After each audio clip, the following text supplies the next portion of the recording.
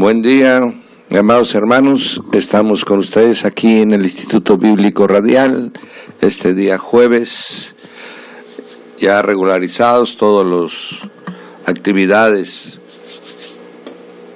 técnicas de Manantial de Vida Radio 97.3. Y aquí estamos en el Instituto Bíblico este día jueves para continuar con la historia de la Iglesia y motivar también a todos aquellos. Bendecimos al Señor por todos los que han estado viniendo ya con sus exámenes, regularizándonos en la última materia de hermenéutica. Bendito sea el Señor por el empeño, el esfuerzo de todos aquellos que están sacando realmente tiempo de su trabajo, de sus actividades. Bien, gracias Señor por ese empeño, por ese espíritu que estás poniendo en todos nosotros, y que sea todo esto para tu gloria, Señor, que has guardado, guardas y guardarás a tu iglesia hasta el día que la llames a tu presencia. Bien, mis amados, estábamos en el tiempo del siglo II al siglo III, en el que ya cada siglo ha tenido su marca. El primer siglo, del año 30 al año 100, los apóstoles han fallecido todos, pero ha sido una iglesia poderosa, una iglesia que salió a recorrer todas las porciones del mundo conocidas hasta entonces y se llevó el Evangelio. Aún hubieron algunos que llegaron hasta lo más profundo de Asia, y ya se conoce el nombre de Jesús por todos esos lugares, de sus maravillas y sus prodigios. En el año del 100 al 200 aparecen los discípulos de los apóstoles, empiezan las persecuciones romanas de manera muy fuerte, empieza a probarse la fe de muchos cristianos y sale avante. Vemos cómo se llena el circo romano de mártires y alrededor de todo el imperio, pero la fe sigue creciendo de una manera considerable. Así termina el año 200, mi hermano, aunque ya algunos no tienen el fervor, no tienen esa comunión tan íntima con el Espíritu Santo, ¿verdad? Y entonces empieza a haber una mezcla de pensamientos, del pensamiento griego que en ese tiempo invadía todas las cosas y que consideraban que lo que los pensadores griegos, los filósofos griegos, los científicos griegos habían descubierto, habían pensado, se creía que era prácticamente el total del conocimiento que el hombre podía tener. Así que el pensamiento griego era muy poderoso, como lo sigue siendo hasta ahora. Aparecieron pues en el mundo cristiano varios defensores de esa fe y escribieron muchos libros a estos que defendieron la fe, que lucharon contra las corrientes de doctrinas heréticas que también empezaron a mezclarse con el cristianismo. Se les conoció como los apologistas. La palabra apologética significa defensor de la fe. Hay un texto bíblico que dice por ahí: defended ardientemente la fe que una vez fue dada a los santos. Y de ahí prácticamente tiene su fundamento la apologética, y los apologistas del siglo II, ¿verdad?, fueron muy abundantes en los escritos, muy activos en su lucha, ¿verdad?, para defender no solo la fe, sino también a los que practicaban esa fe. Justino Mártir, que él es del año 150, pero como apologista escribió muchos libros, era un filósofo griego, ¿verdad?, un filósofo que había absorbido todo el conocimiento de los griegos, aunque él era de Samaria. Se convierte al leer los evangelios y encuentra que realmente la filosofía, él le llama así, la filosofía cristiana, es más profunda, más completa y más veraz que la que él había conocido, y eso hace y lo convierte y lo vuelve un gran apologista y defensor de la fe cristiana. Sin embargo, en el enfoque del conocimiento, el hombre tiene en su interior, somos imagen y semejanza, claro, ya bajo una condición caída, pero aún conservamos en el alma, mi hermano, muchos anhelos que nos acercan a veces a los principios. Nos acercan sobre todo en el lenguaje, y a veces confundimos el lenguaje del alma con el lenguaje del espíritu, porque solamente tenemos un lenguaje para poder expresar nuestros pensamientos. Entonces a veces se confunden porque no hay palabras, tienen diferente significado una misma palabra si es en el alma a que sea en el espíritu. Entonces Justino, mártir, empezó a escribir él, encontrando muchos puntos en común con algunas corrientes griegas, y empezó él a mezclar en sus escritos parte de ese conocimiento griego, lo cual fue permitiendo que poco a poco fuera entrando, y en los que no eran tan, podríamos decir, tan expertos como él en la filosofía, pues obviamente fueron confundiendo los términos. Por ejemplo, uno de los términos que más se mezclaron es la palabra logos. La palabra logos, ¿verdad?, tiene dos acepciones. Significa tanto palabra como razón. Los griegos usaban la palabra logos como razón, ¿verdad? Pero cuando se traduce el Evangelio del apóstol Juan, ¿verdad?, en el principio era el verbo y el verbo era Dios, realmente la traducción correcta era ahí, en el principio era la palabra y la palabra era Dios. Sin embargo, como para los griegos esa palabra logos significaba razón, entonces ellos entendían que la razón era la que había sido en el principio, y por esa consecuencia de confusión que estaba generando la palabra logos, se le dio la traducción de verbo. Amén. Y así, de esta manera, se separó la filosofía griega con el pensamiento con el cual fue escrito el Evangelio, que entonces, a partir de entonces, se le conoció al Señor como el Verbo de Dios. Amén. Esta palabra logos había sido utilizada también, o después sería mucho más utilizada por los gnósticos, lo que empezamos a hablar el día martes, y estamos viendo que ya hay palabras de los griegos, que ya hay pensamiento de los griegos, que ya están empezando a generar una pequeña confusión. Y para ser honestos, esta confusión no era entre la base de todos los creyentes. Los creyentes no tienen discusiones de este tipo de cosas, sino aquellos eruditos que quieren llegar a entender todo, que piensan todo, que escriben de todo, y estos sin embargo, son los que van formando un pensamiento, van formando una cultura, y van después, con esos escritos que ellos hacen, van desviando a los demás que solamente siguen la opinión de muchos. Esto es exactamente semejante a lo que está ocurriendo el día de hoy, a que muchos escriben libros conforme su entendimiento sobre aspectos de la palabra, y aún le llaman nuevas revelaciones.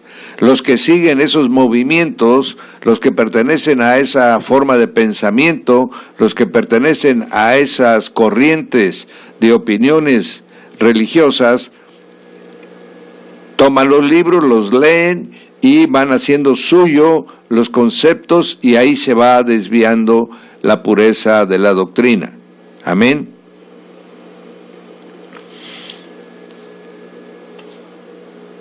Una de las grandes defensas y que sorprendió a los gnósticos fue el concepto de la palabra logos. Ahí se veía que el Cristo eterno, el Espíritu del Señor Cristo que estuvo en el cuerpo de Jesús, es aquel que es desde el principio, es el alfa, es el principio de toda la creación, es el primogénito y unigénito del Padre, ¿verdad? Y esto los sorprendió porque ellos habían tenido en su forma de pensamiento esa creencia que había habido un intermediario entre el Dios eterno, santo, bueno y puro y la materia que era la creación. Cuando ven que el pensamiento cristiano existe el verbo, entonces ellos hacen una adecuación de su forma de pensar e incorporan a Jesús como su principal creador de todo cuanto existe, y así es como ellos van armando una doctrina paralela al cristianismo, lleno de misterios, lleno de fórmulas, lleno de palabras exóticas que acompañaban con su forma de vestir, con sus rituales, y todo eso hizo muy atractivo a este movimiento de la cual se desviaron muchísimas personas. Amén.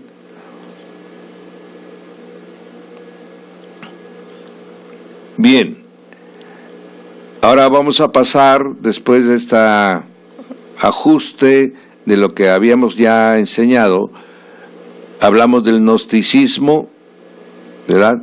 Que viene la palabra gnosis, conocimiento, pero no el conocimiento accesible a cualquiera. La gnosis o el gnosticismo es un conocimiento accesible a solo aquellos que podríamos decir, llegan a formar parte de una escuela de pensamiento, y a ellos se les revelan las cosas ocultas, cosas secretas, que solamente están para unos cuantos, que no todos pueden asimilar, porque no todos los espíritus, estoy hablando de la doctrina de ellos, no todos los espíritus vienen con la misma, podríamos decir, con el mismo propósito. Algunos solamente se irán pueblo, otros serán dirigentes y otros serán los sacerdotes que tengan comunión con el Altísimo. Esta forma de pensamiento, usted lo vamos a ver posteriormente cómo impacta la Iglesia, y ya en la Iglesia Católica Apostólica se manifiesta físicamente. Amén. La gnosis no podía resolver el problema de cómo un Dios tan puro pudo haber creado un ser tan tremendo como era el ser humano. No te olvides que en ese tiempo, mi hermano, todo era guerras, un pueblo dominaba a otro pueblo a través de la conquista, y cuando lo hacía suyo, lo hacía esclavo, y abusaba de él de una manera extrema.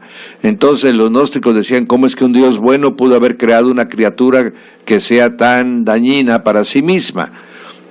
Y esa parte les hacía entender ellos que algo había pasado que no había permitido que la obra fuera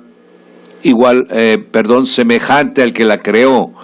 Cuando empieza el cristianismo a hablar del amor de Dios, empieza a presentar la misericordia de Dios, empieza a presentar la sabiduría de Dios a través del mensaje del Señor Jesús, entonces ellos se dan cuenta que realmente había participado un ser extraño que había confundido a la creación que se había hecho, sí, correcta, semejante al Dios que la creó, y que había venido el que estaba restaurando el plan original y que se podía llegar a ser ese el hombre bueno, que podía hacerse el hombre noble, el hombre semejante a Dios, y ahí es donde ellos encuentran la respuesta a esta duda que durante tanto tiempo había marcado al gnosticismo, y ahí es donde el gnosticismo se aparta de las doctrinas babilónicas, griegas y egipcias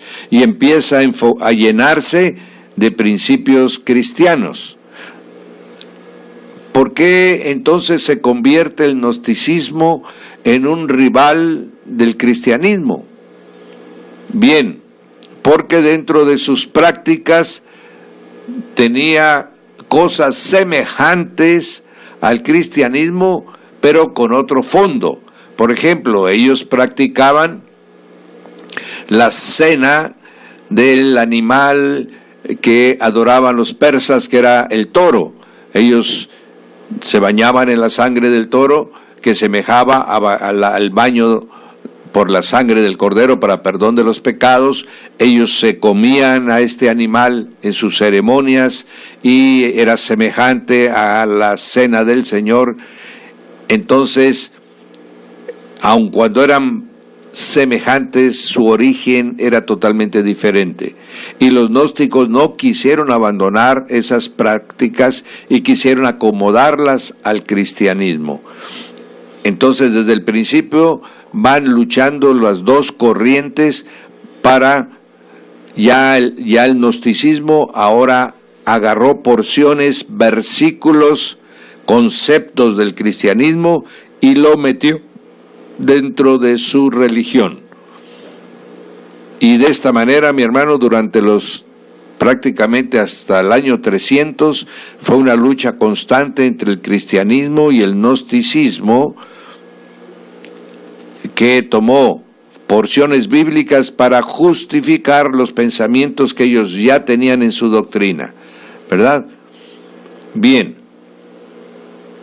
vamos a ir ahorita a las diferencias básicas entre esta corriente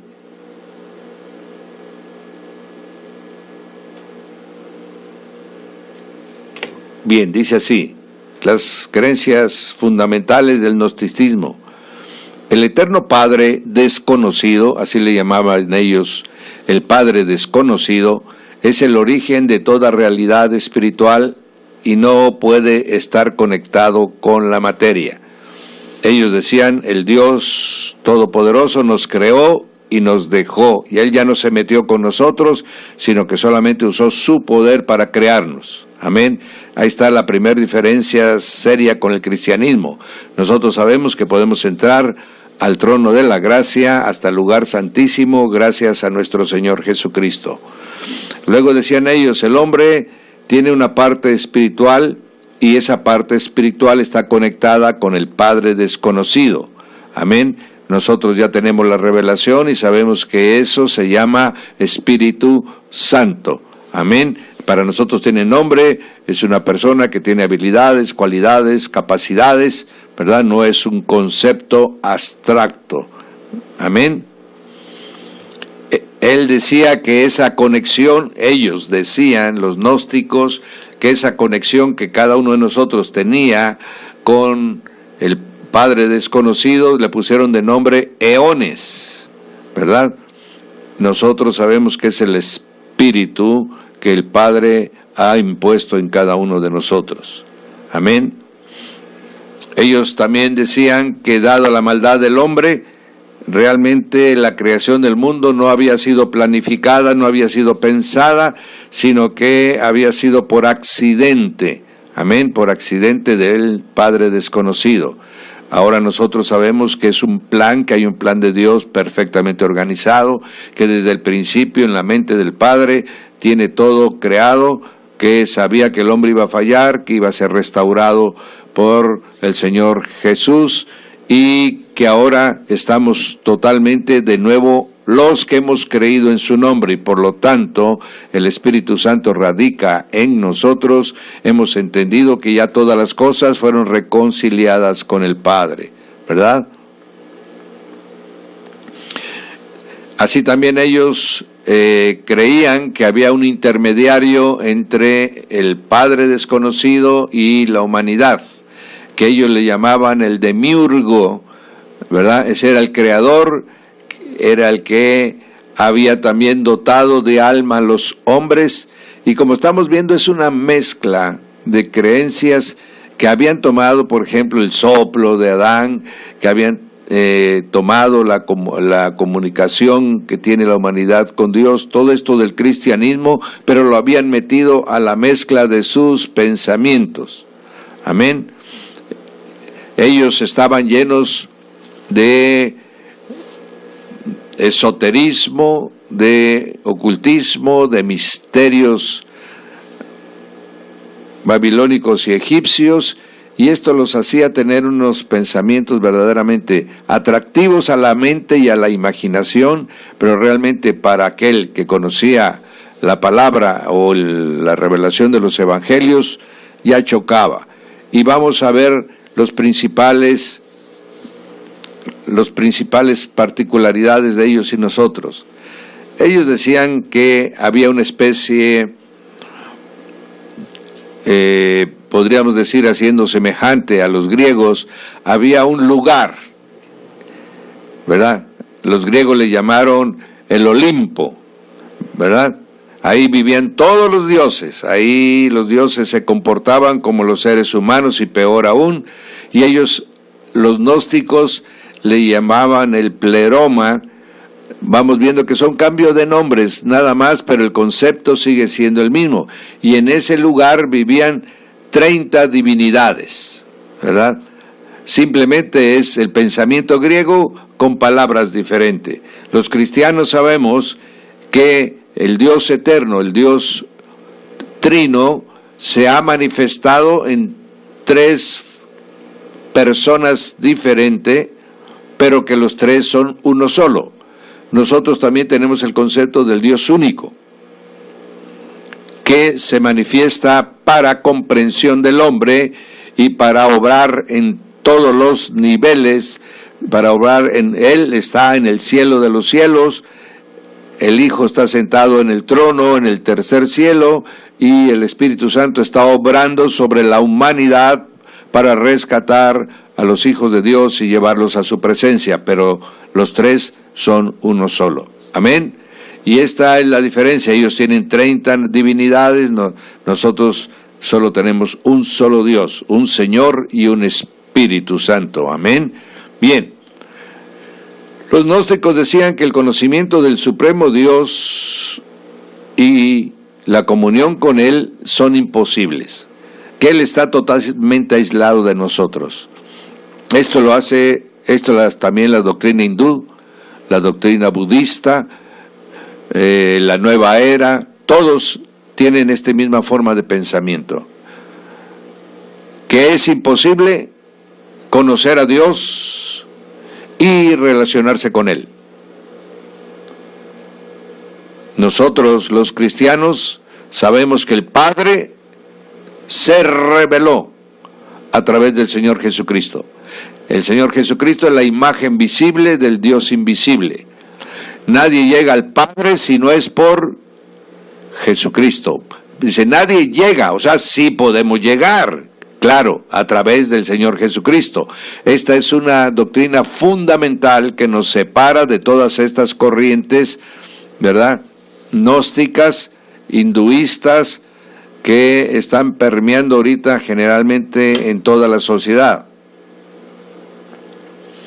Los gnósticos decían, la materia, lo que vemos nosotros es la parte que está mal, la parte contaminada, la parte sucia, la parte que es, podríamos decir, inmunda, ¿verdad?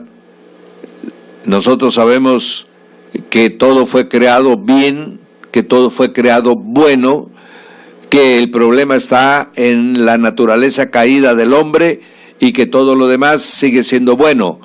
Los frutos, los árboles, la mar, el viento, todo es bueno, está cumpliendo su función, todo está haciendo para lo que fue creado.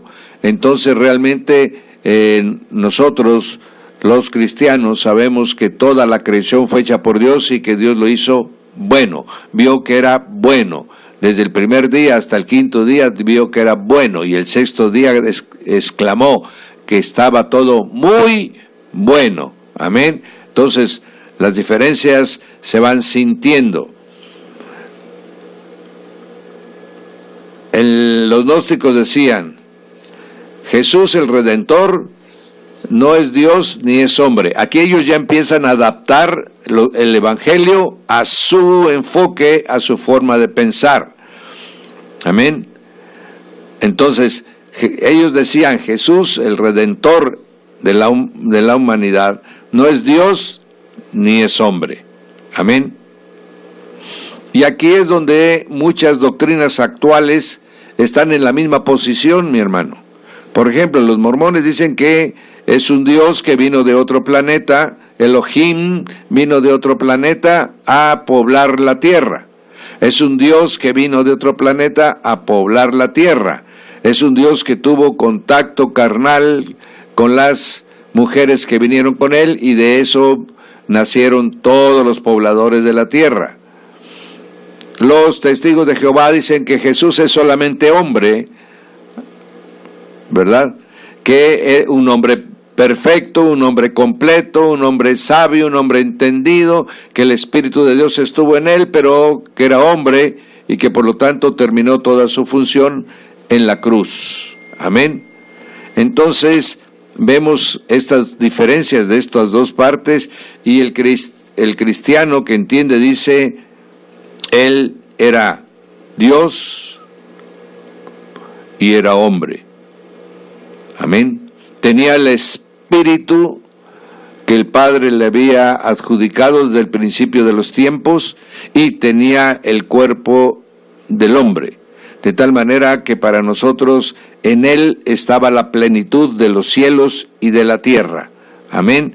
Entonces, aquí hay una también diferencia, y esto es de lo que va enseñando, mi hermano, la teología. Esto es lo que nos enseñó el pastor Víctor Manuel, mis amados, Hernández, de cuando nos dio Teología 1.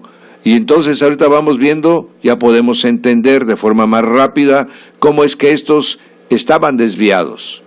Llegaron a señalar que como él realmente era algo que no era real. Los gnósticos decían que Jesús no era real, que Jesús era una especie de manifestación, que sí comía, que sí bebía, pero que no tenía el cuerpo que teníamos nosotros, que tenía un cuerpo especial, y que por lo tanto él no murió en la cruz. Esto mismo lo asevera, mi hermano, el Corán, y esto lo asevera también el Talmud babilónico, ¿verdad?, de algunos judíos. Esto que estamos leyendo de los gnósticos está reforzado en el Corán y reforzado en el Talmud babilónico de algunos judíos. ¿Qué quiere decir? Que este pensamiento era un pensamiento que venía ¿quién? Pues venía de la mente de Satanás. Porque qué curioso, mi hermano, que esta forma de pensar de los gnósticos esté reflejada en estos dos libros, ¿verdad? Que son dos libros heréticos, profanos y totalmente contrarios a los evangelios. También ellos decían que no necesitaba haber resucitado, puesto que él tenía un cuerpo que era indestructible.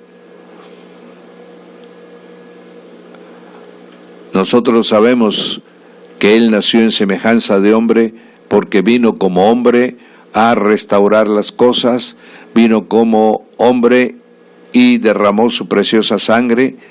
El sacrificio de precisamente el que tenía ese espíritu divino era suficiente para expiar la culpa de toda la humanidad.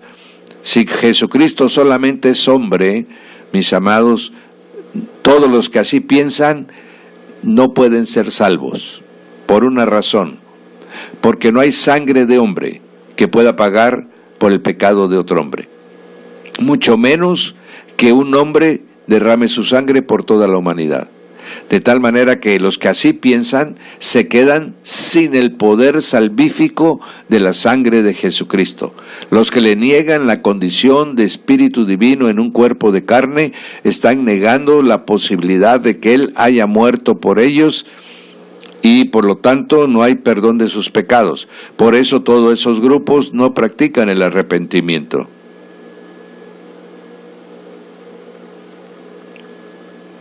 Estas son las principales divisiones, mis amados, entre la forma de pensamiento de los gnósticos comparado con la de los cristianos.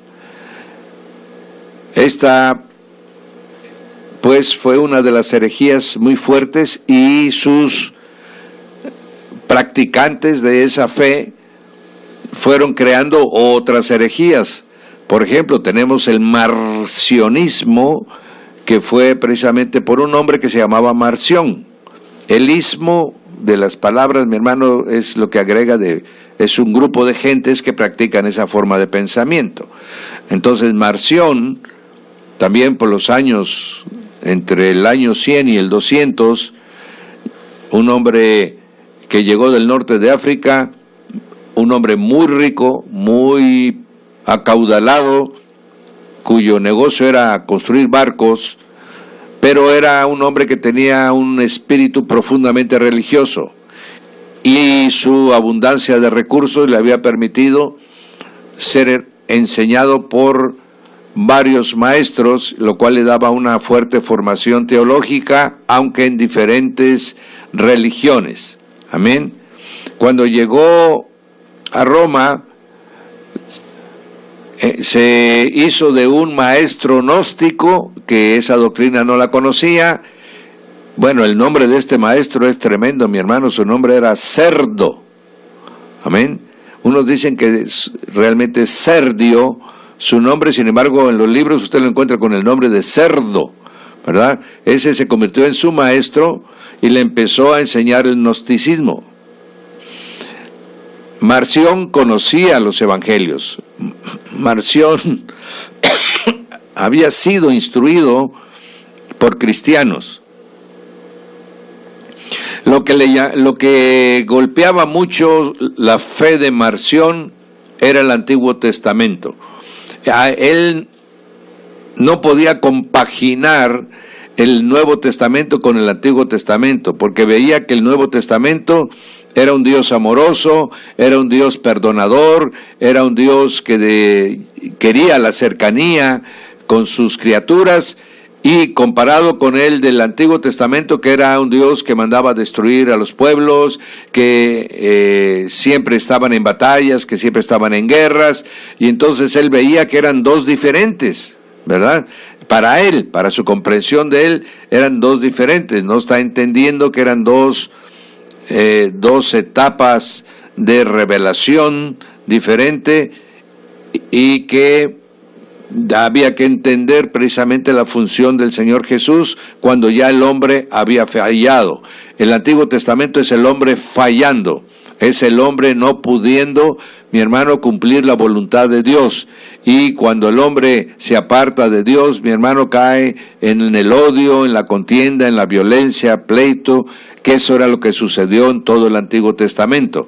Cuando en el Nuevo Testamento viene el Señor Jesús, restaura en nosotros el espíritu que estaba adormecido, se nos permite que el Espíritu Santo venga a vivir en nosotros, el hombre puede ahora superar su condición caída. Las condiciones del alma son dominadas por el Espíritu, y eso es lo que marca los dos evangelios. Sin embargo, Marción no lo podía comprender de esa manera. La conclusión a la que llegó Marción fue la siguiente: lo que pasa es que la iglesia ha sido invadida por el pensamiento judío. La iglesia se tiene que apartar de el Antiguo Testamento. El Antiguo Testamento es para los judíos y el Nuevo Testamento es para la iglesia. De esta manera él va rechazando todo lo que él cree que la iglesia tiene de influencia judía, y así empieza a escribir su propia Biblia. Amén, como sucede con muchos, actualmente también, que de acuerdo a la forma de pensamiento que van teniendo, van rechazando porciones bíblicas. Y así él empezó a escarbar, amén, y quitó todo, de tal manera que prácticamente entre los evangelios dejó nada más al evangelio de Lucas, de las epístolas de Pablo, amén, que nada más dejó primera de Timoteo, segunda de Timoteo, las epístolas a Tito, Hebreos la quitó totalmente por decir que no tenía nada que ver con la iglesia, Romanos por supuesto, y así él fue haciendo una limpieza. Y fue Marción, como era un hombre muy rico, pudo crear una escuela en Roma, y ahí en su casa daba enseñanzas de lo que él creía. Ya había hecho una mezcla de gnosticismo con cristianismo y empezó él a sacar su doctrina. Por eso le llaman marcionismo. Amén. De esta manera decía él, Jesucristo nació en el año 15 del emperador Tiberio y vino a revelarnos al Padre desconocido. Ahí hay gnosis dentro de su pensamiento. Su cuerpo parecía que era material, pero no lo era. Era de una materia muy especial. Vino directamente del cielo, por eso él no tenía padres y no tenía genealogía. Aquí está haciendo una mezcla con Melquisedec, mi hermano, ¿verdad? Dice, no tiene historia personal, tuvo una vida buena y justa, sin embargo, al final, el Padre desconocido permitió que lo crucificaran, pero como su cuerpo no era material, él no sufrió. Amén. Y entonces, como su cuerpo también no era material, no era necesario que resucitara. Amén. De esta manera estamos viendo cómo el gnosticismo hizo una mezcla con el cristianismo. Él decía, la materia es mala. Por lo tanto, debemos de tener una vida de dominio sobre los placeres y sobre los deseos, tener una vida que la purifique y debemos de estar en permanente penitencia, ¿verdad? Ahí va abonando las primeras formas de pensamiento para que la penitencia entrara después a la iglesia como una forma de expiación. El arrepentimiento se va haciendo a un lado, y es a través de la penitencia que va tomando el lugar del arrepentimiento. Este mismo Marción decía que el Mesías que se le había prometido a Israel era otro Mesías, que no tenía nada que ver con Jesús, que Jesús vino para constituir la iglesia y para reconciliar a los que creyeran en él con el Padre desconocido, pero que no era el Mesías del pueblo de Israel.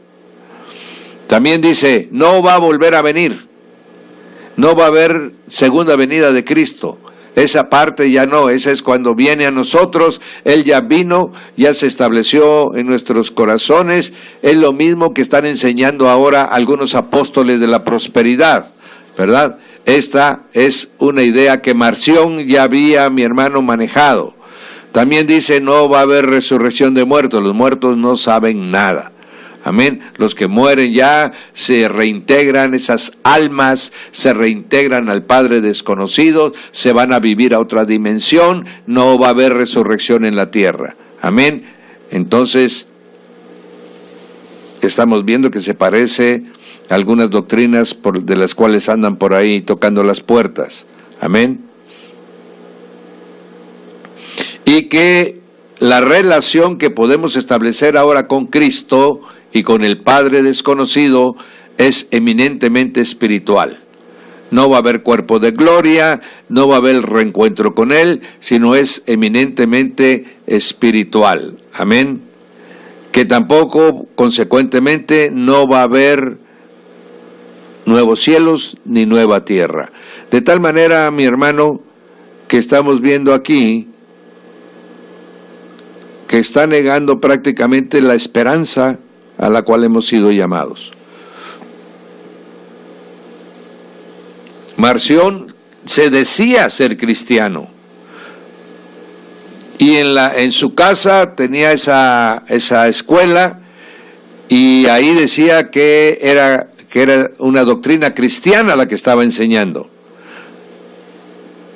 La iglesia que estaba en Roma, amados, lo excomulgó, o sea, lo sacó del cuerpo de Cristo, y consecuentemente él formó su propia congregación. Tenía tantos recursos verdaderamente que pudo establecer todo un edificio material con todos los recursos, y muchos seguidores se le unieron a él porque era muy atractiva su doctrina, y sus seguidores vivieron 500, prácticamente esta doctrina se mantuvo durante 500 años, desde el siglo II hasta el siglo VII, en que desaparece totalmente el marcionismo, pero durante 500 años esta herejía desvió a muchísimos creyentes cristianos que fueron a buscar, mi hermano, en algunas concupiscencias que él permitía, y al no llamar a la santidad total, al no creer que nosotros íbamos a reintegrarnos con el Señor, permitió que muchos cristianos, diga usted, sí, dígame usted, ay, sí, mi nombre es el pastor Raúl Peña de Casa Oración Puerta del Cielo, ¿verdad? Y si no tiene inconveniente, a las 10 me hace una llamadita, porque estoy en el aire ahorita dando la instrucción. Gracias. Gracias. Bien, el Señor me la guarde, mi hermana, sí. Bendición a su vida. Bien, mis amados, entonces estamos viendo cómo este movimiento, esta herejía, ¿verdad?, tuvo muchos seguidores, tanto que duró hasta el siglo VII. Después tenemos otro movimiento también que conmovió mucho a la iglesia, que se llamó el montanismo, y este era derivado de el que la constituyó, que fue Montano. Montano era cristiano. Montano seguía todo el evangelio. Montano era un hombre muy radical. Había sido en sus primeros tiempos un hombre dedicado al paganismo, inclusive era un sacerdote pagano. Montano, cuando conoció los evangelios y la doctrina de nuestro Señor Jesús, se convierte, ¿verdad?, y empieza en la región de Frigia a crear él su escuela. Viniendo él de donde venía, la llenó con algunos rituales exóticos, ¿verdad?, y le daba mucho énfasis él al éxtasis. Sabemos que cuando nosotros perdemos la voluntad, mi hermano, podemos ser engañados y aún dirigidos por espíritus de la oscuridad. Por eso el hombre debe estar siempre consciente. Por eso es que el cristianismo no practica la meditación, ¿verdad? No practica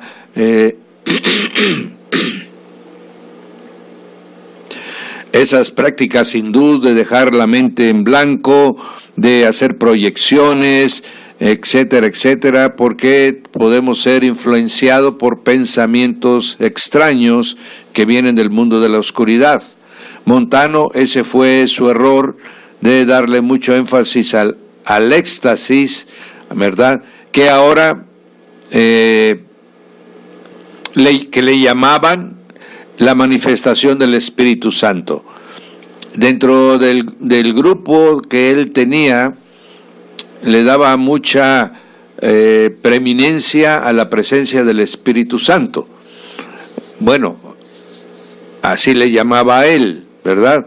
y entonces muchas gentes caían en éxtasis y danzaban y bailaban, ayunaban grandes cantidades de días, sufrían castigos muy fuertes en el cuerpo, penitencias muy severas, y casi habían muchas visiones, corría la profecía abundantemente. O sea, había una mezcla ahí, mi hermano, y lo que faltaba era discernimiento. Lo que le faltó a Montano fue discernimiento de espíritus para saber cuándo verdaderamente era el Espíritu Santo que estaba tomando algunos verdaderos creyentes y cuándo eran espíritus de la oscuridad las que tomaban a cuerpos, ¿verdad?, que viviendo, ya sabemos que un cuerpo que vive en pecado, un cuerpo que vive en mentira, un cuerpo que practica la hipocresía evangélica, mi hermano, es un cuerpo que puede ser, de alguna manera, mi hermano,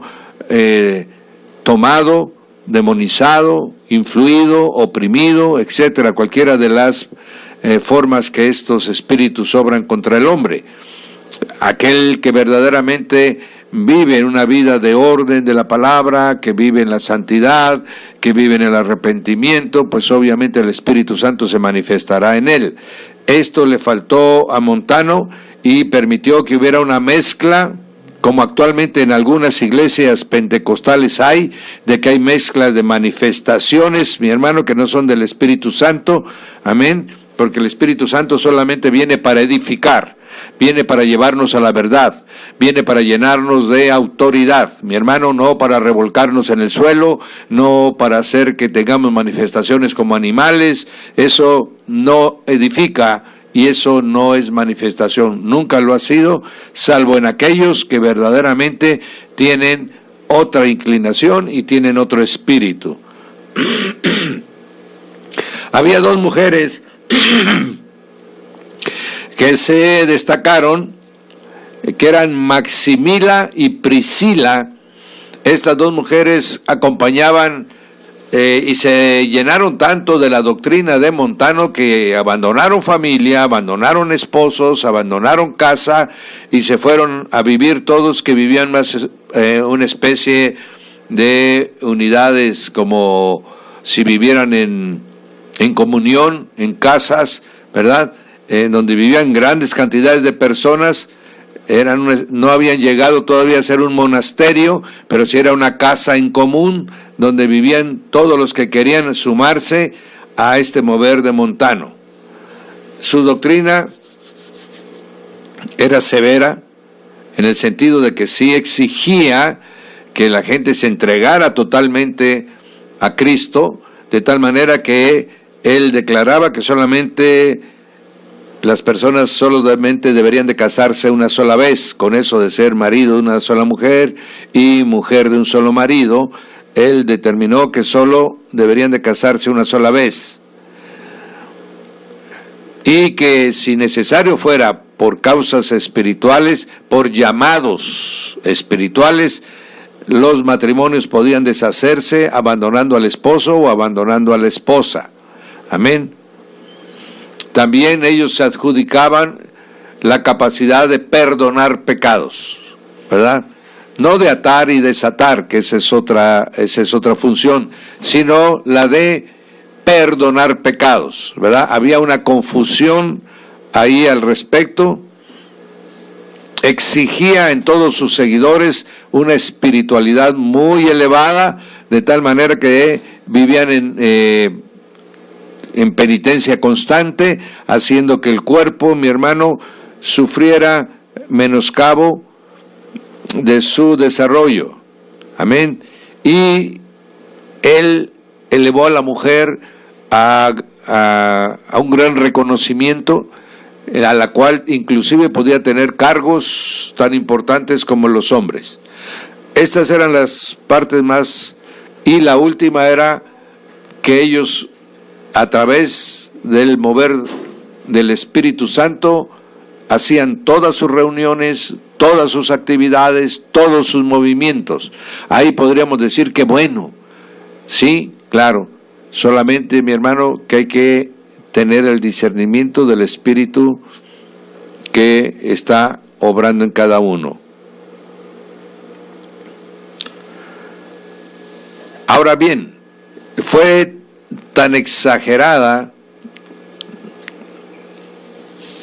la manifestación del éxtasis, de las visiones, de las profecías, que estos dones que son reales en la iglesia, mi hermano, y que prácticamente se manifestaban en gran manera ahí en el grupo de este Montano, puso en reserva al resto de la iglesia, sobre todo a la iglesia romana. La iglesia romana era una iglesia muy oficialista, muy religiosa, muy quietecita, no le gustaba nada que sobrepasara el buen comportamiento, y eso se debía, mi hermano, fundamentalmente a que el Imperio Romano lo que más detestaba y más perseguía eran manifestaciones de euforia muy desarrollada en las gentes, que estuvieran fuera de control, que no fueran predecibles, podríamos decir. Ellos veían potencialmente en cada movimiento de ese tipo a un enemigo del imperio. Y entonces la iglesia de Roma, con temor de que así empezaran a ver al resto de la iglesia, empezaron a tomar reservas con este movimiento de Montano. Amén. Empezaron a segregarlo, empezaron a anatemizarlo, empezaron a correr opiniones contrarias a su actividad, y sobre todo creó, mi hermano, y este es uno de los primeros asuntos por los cuales la iglesia ya del siglo II al siglo III tenía temor de las manifestaciones del Espíritu Santo. Usted puede leer los escritos de los discípulos, de los apóstoles, que los católicos le llaman los padres de la iglesia, y usted va a ver que ya casi no se habla de la presencia, de la dirección del Espíritu Santo. Ya no se habla de milagros y de maravillas. El Espíritu Santo está siendo apartado por temor a la represión del imperio. Sin embargo, hemos visto cuánto los persiguió, ¿verdad? Y así es como el Espíritu Santo lo van relegando, o más bien lo van impidiendo su manifestación, y solo se va manifestando en ciertas iglesias que le dan cabida. Lo mismo es ahora, mi hermano. Lo mismo es ahora. Muchas congregaciones tienen relegado al Espíritu Santo. Muchas denominaciones muy grandes, muy famosas, ya el Espíritu Santo está de vacaciones para ellos. Solamente hablan de intelectualidad, solamente hablan de disertaciones de grandes estudiosos, hablan de muchas cosas, mi hermano, pero el Espíritu Santo no. Aquí no se habla lenguas, aquí no hay sanidades, aquí no hay milagros, aquí todos en orden, aquí nadie se salga. Es ese espíritu que se metió en ese tiempo y que todavía pervive dentro de algunos grupos evangélicos protestantes, ya no digamos dentro del catolicismo romano. Amén. Que ahí prácticamente consideran cualquier expresión del espíritu como una posesión demoníaca. Amén. Bien, el montanismo se desarrolló pronto porque llegó la euforia. Todo el mundo quiere sentir, mi hermano, que somos algo más. Yo no sé tú, mi hermano, lo que pienses, pero yo creo que el oír nada más palabrería, el estar oyendo y no sentir la presencia de Dios, el poderoso Dios en nosotros, mi hermano, es no estar en la plenitud del Evangelio. Y el montanismo, por esa posibilidad que le dejaba a sus seguidores de poder sentir la presencia del Espíritu Santo, en muchos de los casos, hizo que mucha gente buscara las promesas de 1 Corintios 12. Amén. De esa manera, pues, mis hermanos, tenemos a Montano desarrollando su doctrina y corrió pronto por toda Asia Menor, por Europa y por toda África del Norte. Amén. Llegando a ser un movimiento bastante considerable dentro de la iglesia. Amén. Y el ascetismo, la espiritualidad que él manejaba, llegó a ser ya un problema para la iglesia mundana, que para ese tiempo ya empezaba a prosperar, ¿verdad? Y él pugnaba por la pureza dentro de las comunidades cristianas. De tal manera que 50 años después de que empezó su movimiento, todavía durante 50 años lo dirigió, muere Montano, murió Maximila, murió Priscila, y quedó, mi hermano, en manos de sus seguidores. Amén. De esta manera empezaron a ser relegados, empezaron a ser hechos a un lado, y también duraron prácticamente 400 años duró el movimiento del montanismo, y generó dentro de la iglesia verdaderamente un desarrollo ferviente por lo espiritual.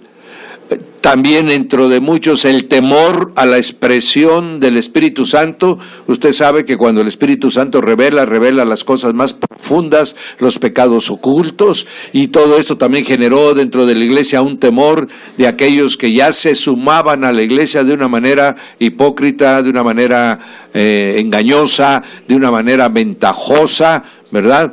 Y entonces el montanismo fue tomado con muchas reservas y verdaderamente no permitido que participara dentro de los grupos oficiales, podríamos decir entre comillas, aunque se desarrolló por casi toda Asia, por toda África y grandes partes de Europa. Amén. ¿Qué nos dejó el montanismo? Que no debemos de abusar, mis amados, que no debemos de exagerar. Por eso Pablo decía, capítulo 14 de Primera de Corintios, hagamos todo en orden.